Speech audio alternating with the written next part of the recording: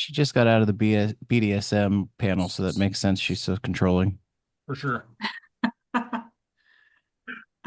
Is everyone here? Is May here?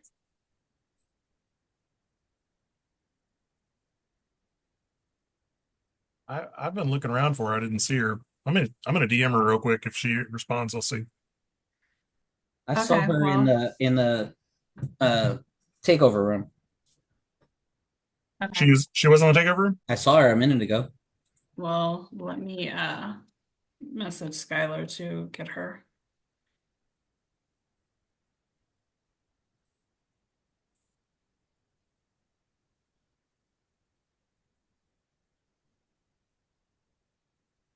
So we're gonna give it a minute or so to just see if she's over there and if Skylar can send her here if she's having problems.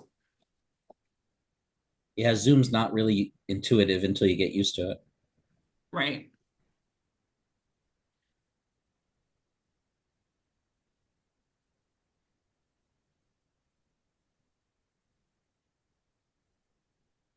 So how's everyone enjoying the day so far? It's good. It's awesome. Good. I'm having a blast. Yay. This could turn into a whole other thing if she doesn't show up with me and Logan. I'm gonna go there. Uh-huh. That'll be fine. You both can just talk a lot. That's what we do best. Right. On my screen, Marty is in between me and you, Logan. Hey. Marty can join in too. So, some of you Okay. probably will get that joke. I'm the cream between your cookie. Is he crushed there by any chance? I'm little the Surprise, nutter. next story. I'm the nutter in your butter. May's here. Oh God, Hey, you're the butter. Hi, I managed to get there. I managed to find my way. Well, actually, someone helped me. Okay. Hi. Hi. Hi. I probably won't be able to keep my camera on long because That's I've fine. got really, really bad internet, and so I won't be able to speak and see everybody. Something will happen, I expect. Okay, But nice that's to see fine. you. If I go, that's why. Okay. Okay. All right. So we're going to start. Welcome to the Transgressive Erotica Noir panel. During this time, we're going to talk to authors Ranchan, Logan Black, and May Moore. We have in the reading lounge at 110, just in case you want to pop over there at some point too, but make sure you pop back. Des Suite is taking over. And we want to thank Sex Symbol Podcast for sponsoring today's panel. All right. So now we are going to start with our questions, and we're going to go Ranch Logan May because that is the order I see on my screen. So, all right. What does transgressive mean to you, Ranch? Well, I'm sure it's probably going to be a little different from some people, but I view transgressive as more like, real life stories with no happy endings, and the happy endings are what we make of them, and the struggle that it takes to get there. So I mean, they involve broken characters and a broken reality most of the time. I think that we live in the darkest reality, to be honest. There's a lot of greed, lust, and power that get us to our final goal, and that's the truth about a lot of things. And that's I know they're supposed to be uncomfortable stories, but real life can be uncomfortable, and that's the way I feel about it. Because it might not be the same for everybody else, but um, that's just how I feel about it. Well, you use a lot of noir words, greed, lust, power, Yeah. in there, right? Mhm. Yeah. Yeah. And so, for me, for like transgressive, I really just think it's pushing boundaries, whatever those boundaries happen to be. I agree with what you said, Ranch, about depicting things more as they are rather than a story with a happy ending.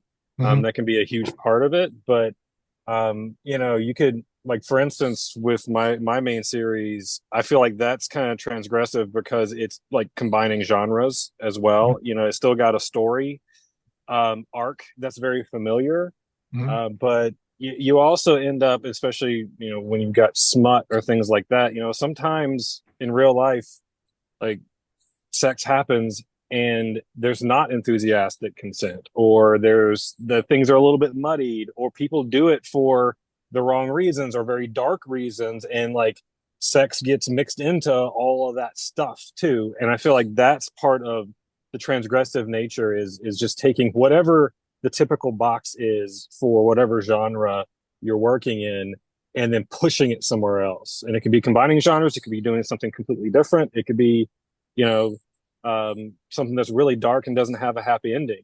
But yeah, that's kind of my expanding of what Ranch said, because I mean, I really do agree with what you said too.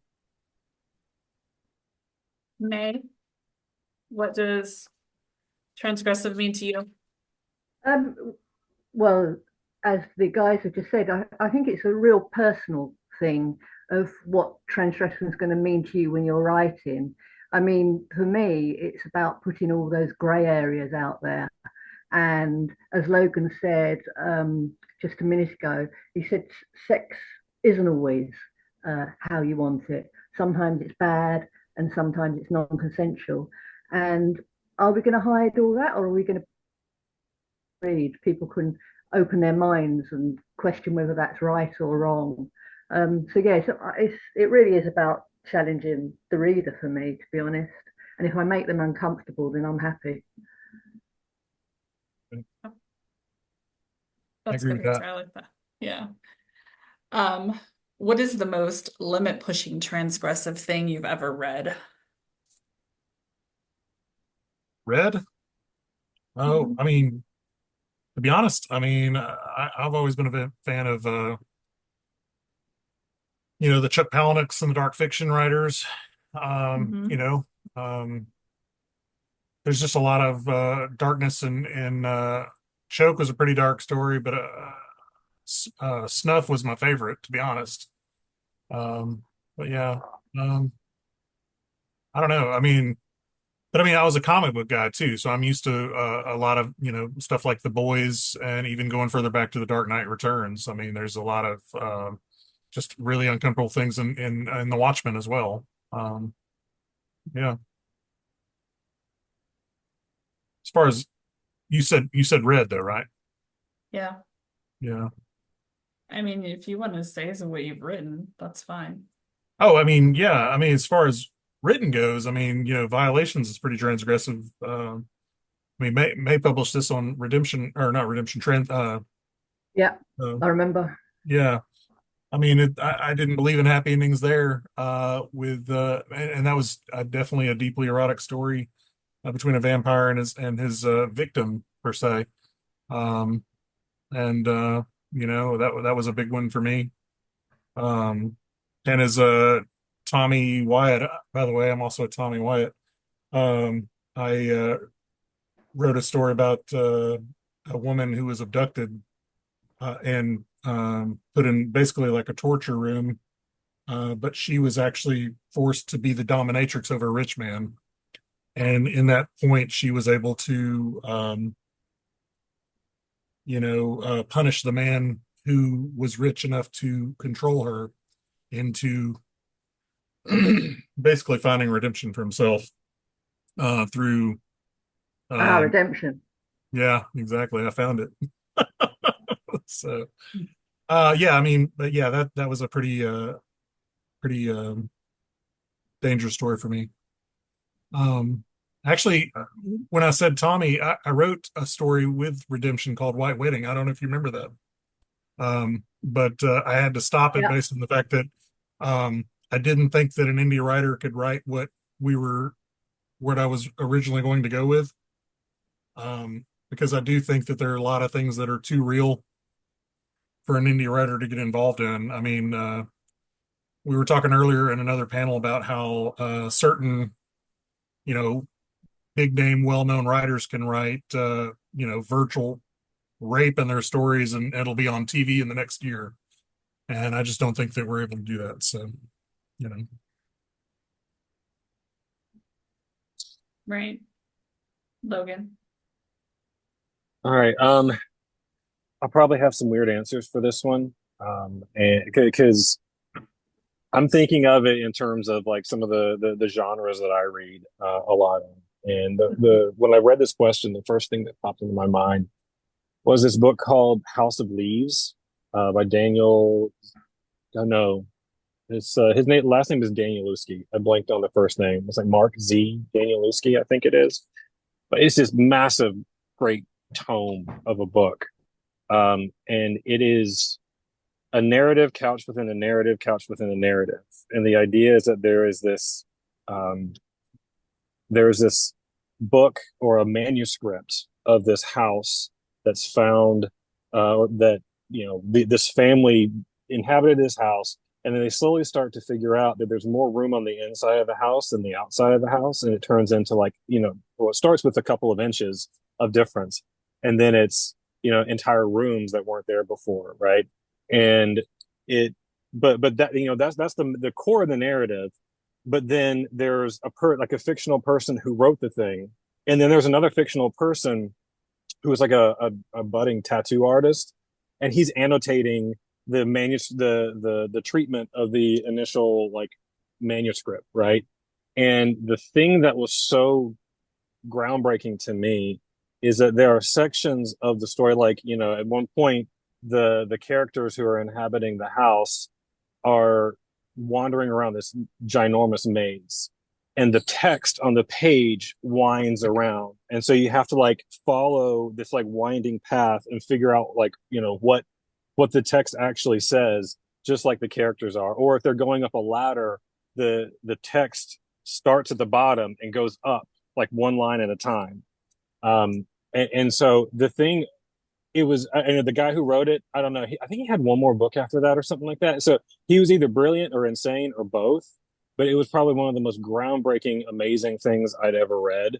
And the title itself is kind of a reference to House of Leaves being a book, leaves as in pages of a book. Right. So yeah, that, like I said, that one, I read it, oh my gosh, probably right after I got out of college, which was almost 20 years ago. And that blew my mind about, what different things you could do within a book. And anytime you're doing something that's pushing limits, there are going to be some readers that you don't connect with. They're going to be like, what the fuck is this? This wasn't what I was expecting. No, hard pass.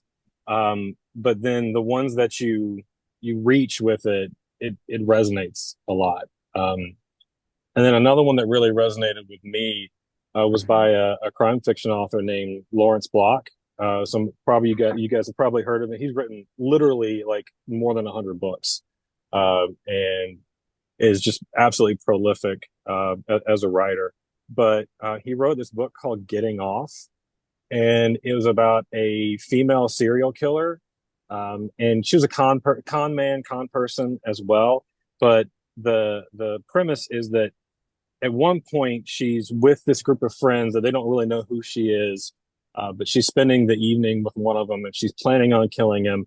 And they ask what your number is, so kind of what your body count is, and people answer around, and she's fucked and killed a lot of people, and she answers 5, and they're like, oh really, 5, that's it? And she's like, yeah, 5, because she's counting it a different way. She's saying, I've only had sex with 5 people that I didn't kill afterwards.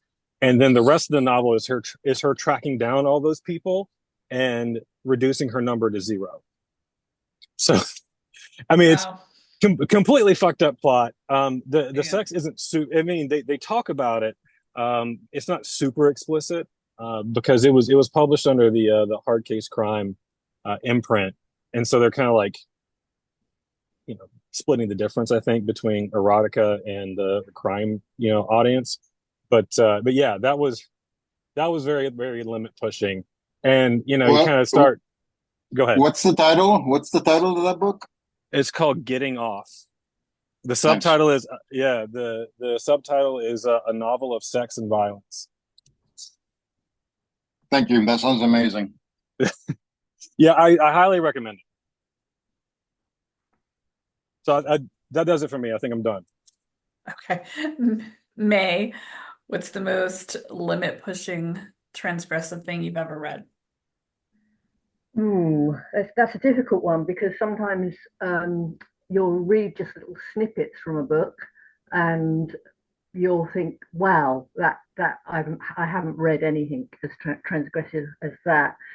And when you think about it, when I think about it, all the books I've read over the years, many years ago, because I'm older than you lot, there were so many books that you read that were transgressive anyhow, and I seem to be brought up on transgressive books, and you all are really, because fairy tales are transgressive at the end of the day. I mean, come on, what goes on in fairy tales? I wrote a thing about a man putting a woman in a cage and locking her in a cage and obviously taking her when he wanted without consent and making sure all her needs were met, feeding her and washing her, and explored the Stockholm syndrome in that, as in how she actually started feeling things for him after a while. So that's my most transgressive. And I wrote an article the other day about how I found Crash very transgressive, mixing sex and violence and equaling pleasure. I mean, that's pretty way out there, really. I found it quite disturbing, but still compelling. So yeah, there's transgressive stuff all around us, and it's just up to us to find those bits. Sometimes they're just a chapter in a book.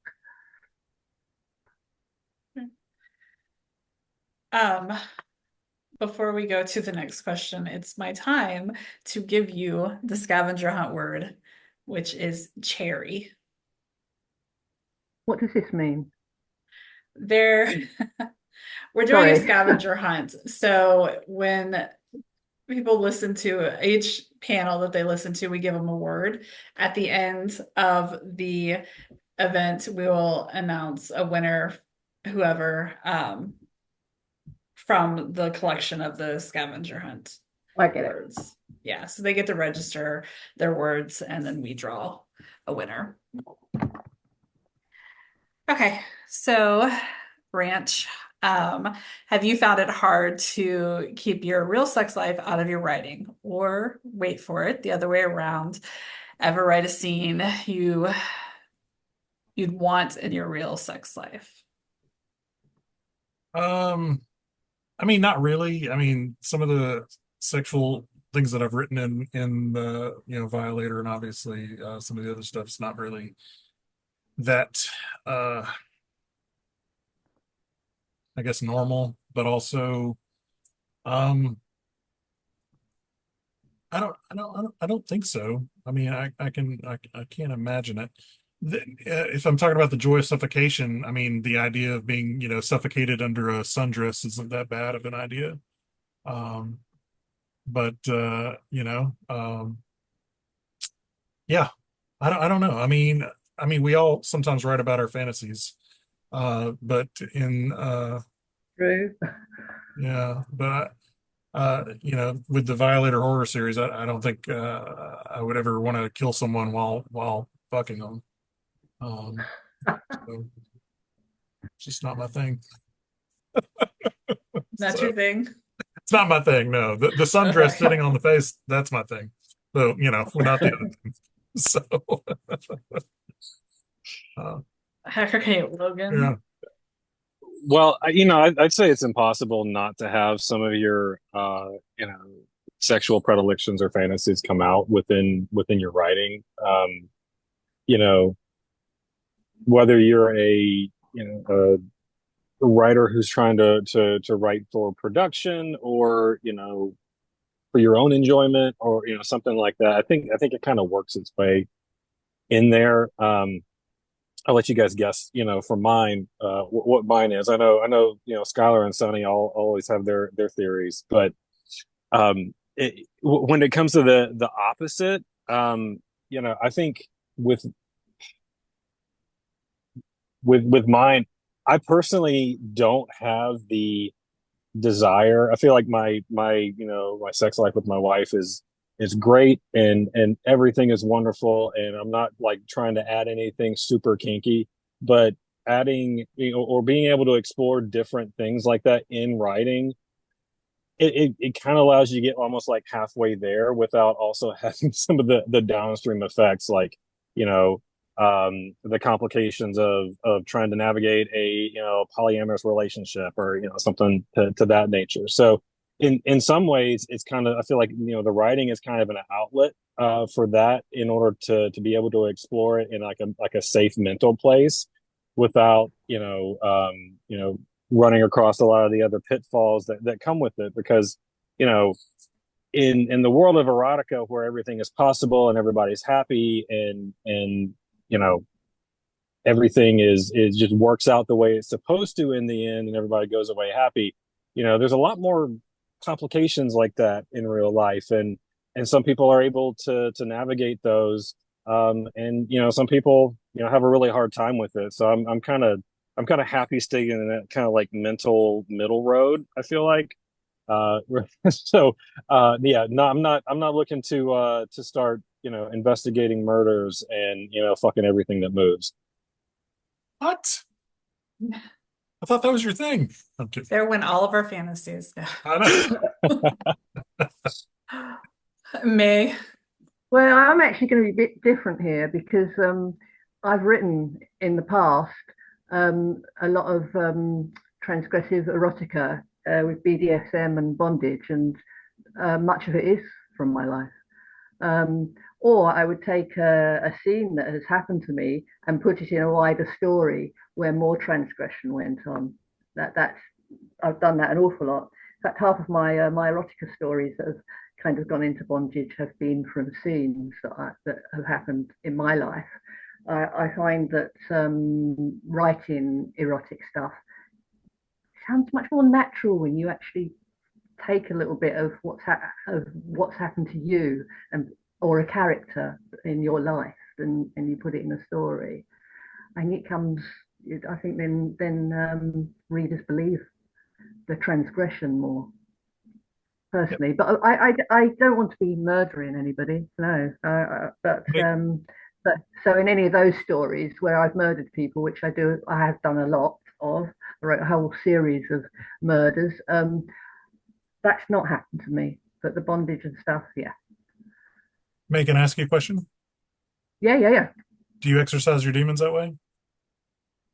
Pardon? Do you exercise your demons that way? Do I exercise my demons in my writing? Yes. To a certain extent, but I'm really okay with my demons. I made peace with them many years ago. So no, that's my answer. I'm at peace. Me and my demons get on well. Same. And I'm one of those people that think that you get on well with someone if your demons get on. I dig it. Well, and I was also going to say, I think it's important. Ranch and I have broached this subject with some of our joint projects, but it's every writer brings a part of themselves to the work. Exactly. Some writers will end up like that's all they're putting into the work, but especially when you're writing fiction, there are going to be things that you bring to it that, like, okay, I want to put this in because I feel like it's a good story, it's good to explore this, but we also have to be able to separate the parts that are ours, that we have to own, and the things that really are fiction. And there's power in being able to explore things through fiction, but just because we write about it doesn't mean that we condone it either. Exactly. Okay. So next question, when you sit down to write your stories or your books, how much real life activities do you pull into your work fiction? It's kind of, you guys have kind of answered it, but if you want to expand upon it. Even in my non-erotic stuff, in the transgression, I'll think about a scene and then make it more transgressive. Reality runs heavily through most of my work, to be honest. Well, for me, so my earlier acquiescent writer yarns were mostly about a central character that basically was kind of a man whore, but he also dealt with addiction problems, whether alcohol or drugs, and that's something that I've always struggled with in my real life. And so, yeah, a lot of those real activities kind of permeate in those stories. I try and keep them out of others, but yeah. I think they're important issues to cover, and that's one of Mhm. the beauties of transgression. You can cover issues like that, and that has got to be helpful in some ways to readers. Yeah, I think so. And like I asked you earlier about the exercising demons, I actually Yeah, do I see what you're exercise a lot of meaning now. bad Yeah, thoughts. It's kind of like writing down your trauma, but putting a yeah, fictional spin on it. yeah. I see where you're going there. My real demons on that score that I don't head down that way. Yeah. But yeah, writing about mental health and stuff like that is, I think it's a worthy transgression. Mhm. Mhm. Yeah, and on my end, I think it's curious sometimes too. I'll write something and I'll think that it's just coming out of like the ether, like, oh, this is a great story or it resonates for some reason.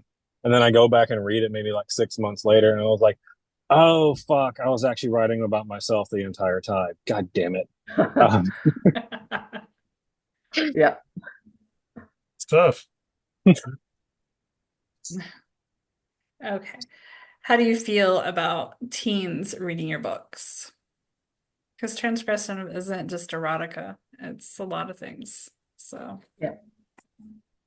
Well, okay, so for me, like I picked up a lot of like old Alan Moore, stuff when I was a kid, and that definitely um as far as so my kids are, older, and my son actually read Violator and some of the other stuff, and he loved it, but the fact that, his dad wrote it, that wasn't very good,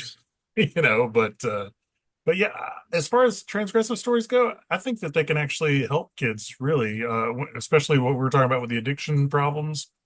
I mean, if they Yeah. see the horror of addiction in stories, maybe they're not going to want to partake, they're not going to want to, become an alcoholic one day based on the fact that this character is laying in a puddle of his own vomit. Hey, that sounds great. I want to do that, just one of those things. So, yeah.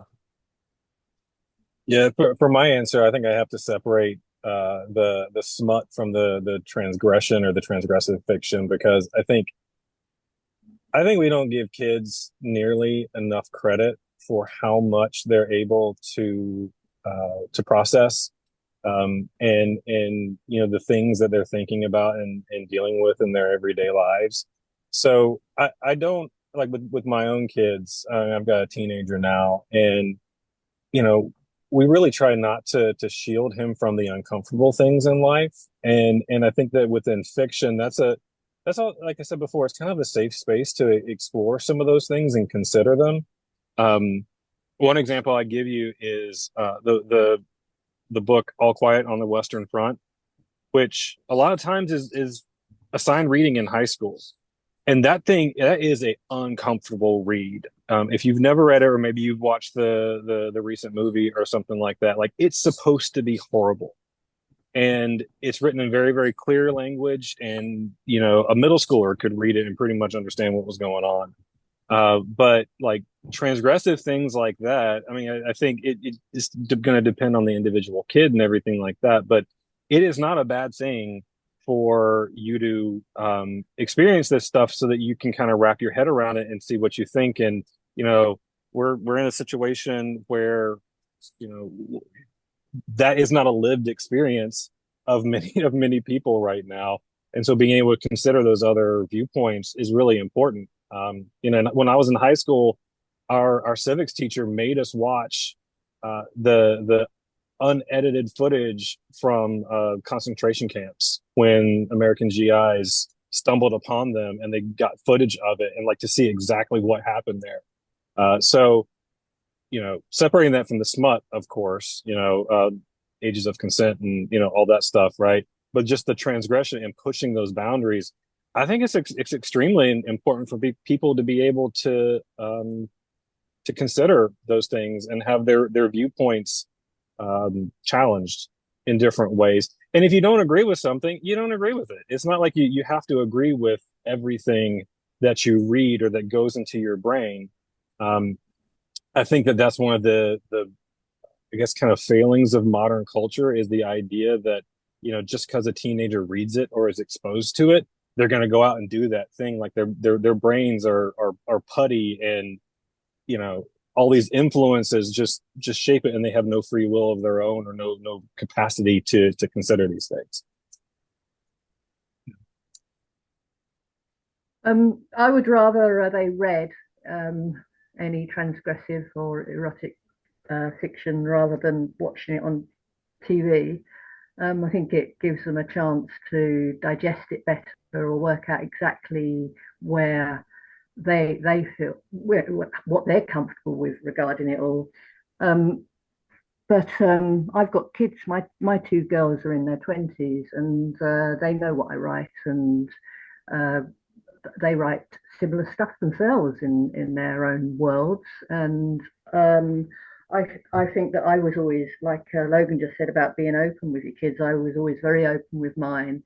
And they've become adults that are very willing to understand there's different points of views and different things that someone's going to enjoy reading and someone else isn't. Where teenagers are concerned, or kids, and obviously it's best if they've got supportive parents they can consult if they actually do find, or would they be happy to communicate with someone about what they've read. I would hate for some ideas to be going around in some poor kid's head without an outlet of an adult to be able to say, hey, let's put this in context. So yeah, that's my 10 penny. I think when it came to erotica, when they found out that I did that, the oldest she's 22 now, and she was like, "Oh, I've been reading that stuff for a long time," and I'm like, "Oh God, I hope you don't know what you didn't know." I had the same with one of mine. Like I was kind of like, "Oh God, I hope she doesn't know my friends." No. So, I was like, I don't want to read yours, thank you. right. I think I'm a failure as a parent because my kids don't give two shits about reading right now. Yeah. It's tough. They will. Yeah. I hope so. Going to come back to books. Yeah. We'll keep on pushing them. Like you get nothing but books for Christmas. Enjoy. Yeah. Maybe you'll like one of them. Yeah. Forced. All right, that is all of our questions. We can open You did it have up. one. Oh, Yeah, there's one. Sorry, There's one more. Sunny. You did, Oh no, you there did is. I'm mention sorry. We did. that I'm content sorry. warning. This one has 7 questions and most of the panels had 6. So yeah, no, we did. Any suggestions on clear warnings to writers on transgressive stories Oh yeah. when writing one? This one's tough for me because I've had some controversy in the past, but so I Me made too.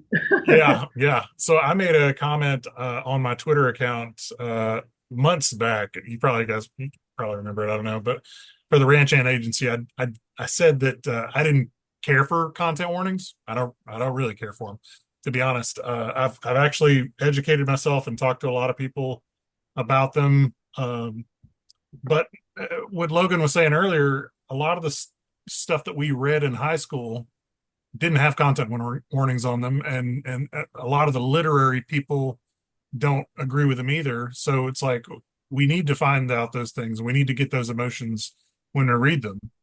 Obviously, I mean, we're in a different world now where we've got trauma and we've got different things that we trigger ourselves and everything. But I get when you're talking about stuff like How to Kill a Mockingbird and certain things don't need them, but certain things do need them, I guess. So yeah, I mean, I made a broad statement a while back. I got some shit for it. I deserve the shit. But I think that domestic abuse needs to be talked about in stories, rape needs to be talked about in stories, war needs to be talked about in stories, genocide needs to be talked about in stories.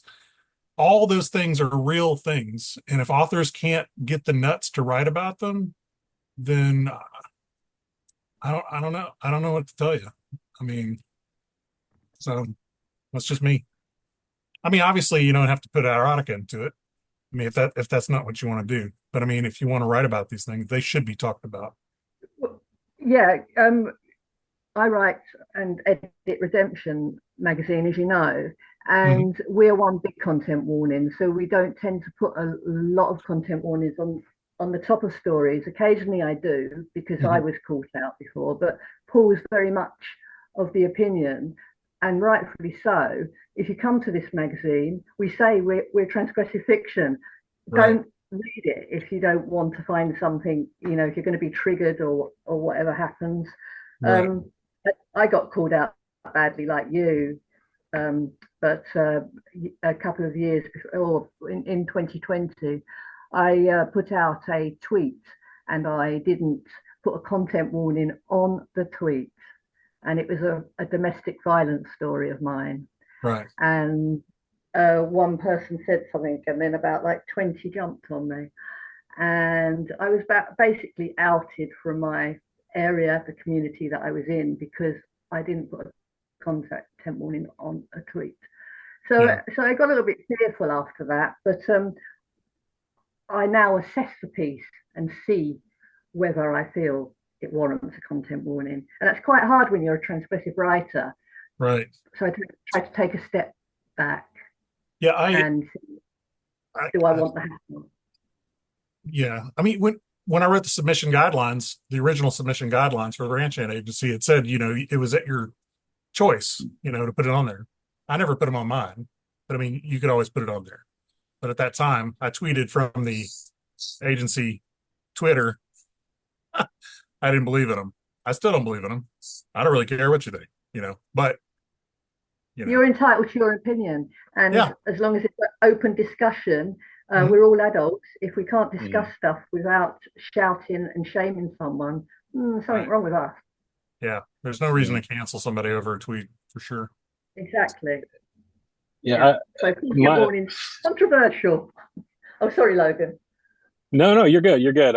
I was trying to jump in there and you weren't done, so I apologize for interrupting you. All I was going to say is my personal perspective is I don't need content warnings, but I leave room for the fact that, there are a lot of people out there that would appreciate content warnings. So I look at it as just, trying to be conscientious and, like go into any conversation or anything like that with good faith, right? That being said, I feel like good faith is a two-way street, right? And, just because I don't put a content warning on something or I forget about it or, what have you, or I didn't consider that was something that needed a content warning on it. Like, me personally, like we can have a dialogue about it and I can consider that, going forward in the future. But, I don't think that it's every single person's job to consider everybody else who might potentially run across their content and every potential eventuality of like if you know better, okay, you do better, but sometimes you don't know better until it's like, oh wow, that really affected somebody. I don't want that to happen again, or I want to consider others, because I mean I've heard horror stories where somebody was beta reading a book that had sexual assault in that, and they were a victim of sexual assault, a recent victim, and it like caused a mental episode for them. It was very, very harmful. So like, those types of things, obviously we want to avoid them. And so there are like, big, kind of flashing red, like, topics that we all know can really, really, trigger somebody. Right. And so, I think those big items, it completely makes sense. But then sometimes again, like we don't know everything that's going on in somebody else's head. So all I would say is like, hey, if something was very worrisome, and that you read of ours, and you're like, hey, this kind of bothered me. I would have appreciated a heads up that this content was going to be in here so I could opt out. Just like have the conversation, right? And um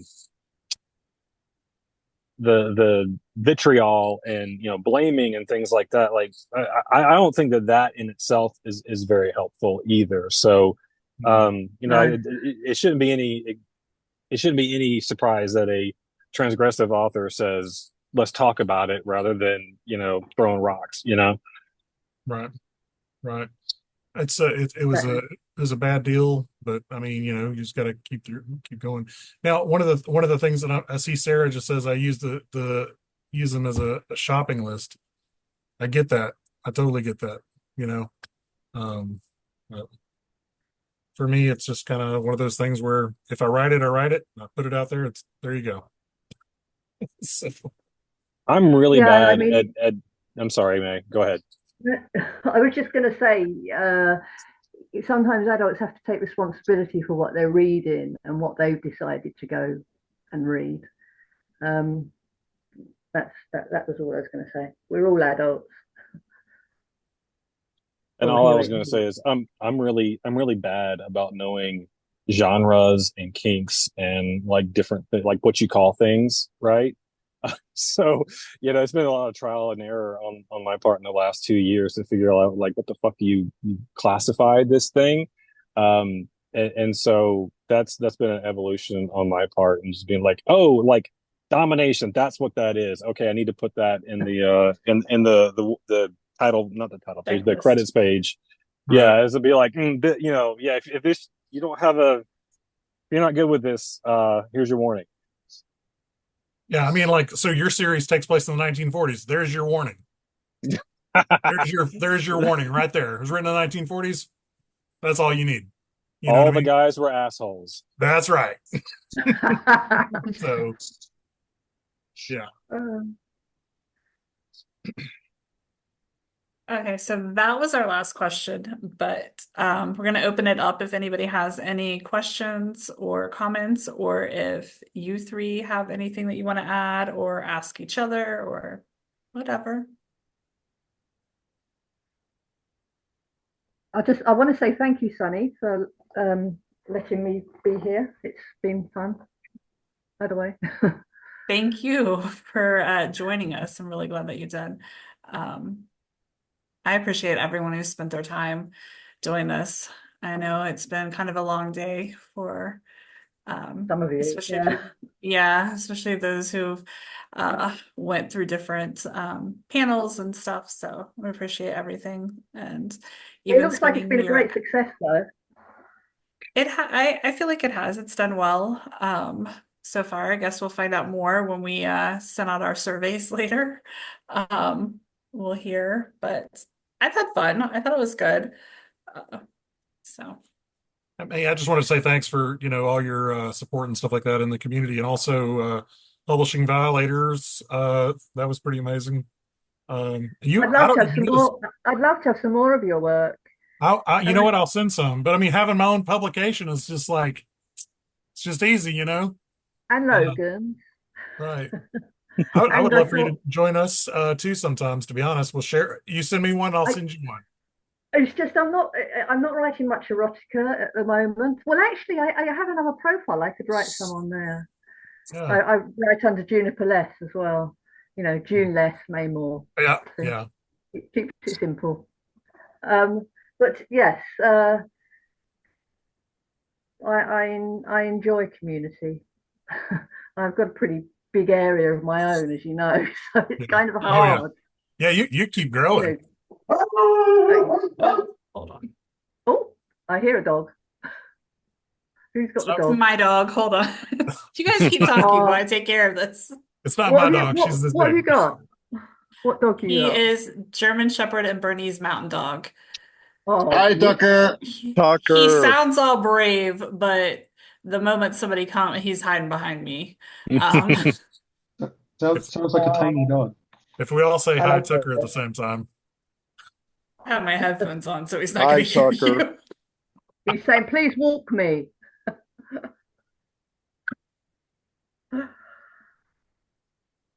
Um, but yeah, what else was I going to ask you? You're doing great with those Hondus, aren't you? Oh yeah, the hundos were smashing, and then Hondos, I yeah. started a 500 word prompt for the agency called Randos. I started tagging you in those if you ever want to do those with us. It's kind of like a Did you tag me? yeah. I tagged you on Twitter yesterday, or no, what was it? I didn't get it. I Wednesday or didn't get it. something? I'm very polite, and if someone tags me, I will, I will like it or comment. Yeah, So for some reason, I didn't get that. I'll send it Um, to you in a DM next time. yeah, send a DM. I don't. Yeah, I suppose sometimes I get a lot of stuff, so I don't always see everything. But Hey guys, how's it going? hey, Hey, Was there any good. more last minute questions? I was looking through the comments just now. Well, I think we're gonna. Has Sunny already done the closing? She hadn't yet actually. You Well, want to do I that? will be glad to do it, guys. Yeah. Thanks so much for the last 45 minutes.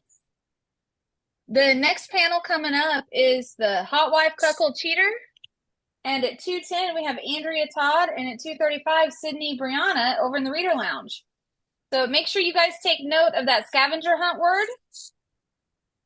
Cherry. And I'm sorry? Cherry. Yeah, cherry. So make sure you guys hold on to it and submit it at the end. And then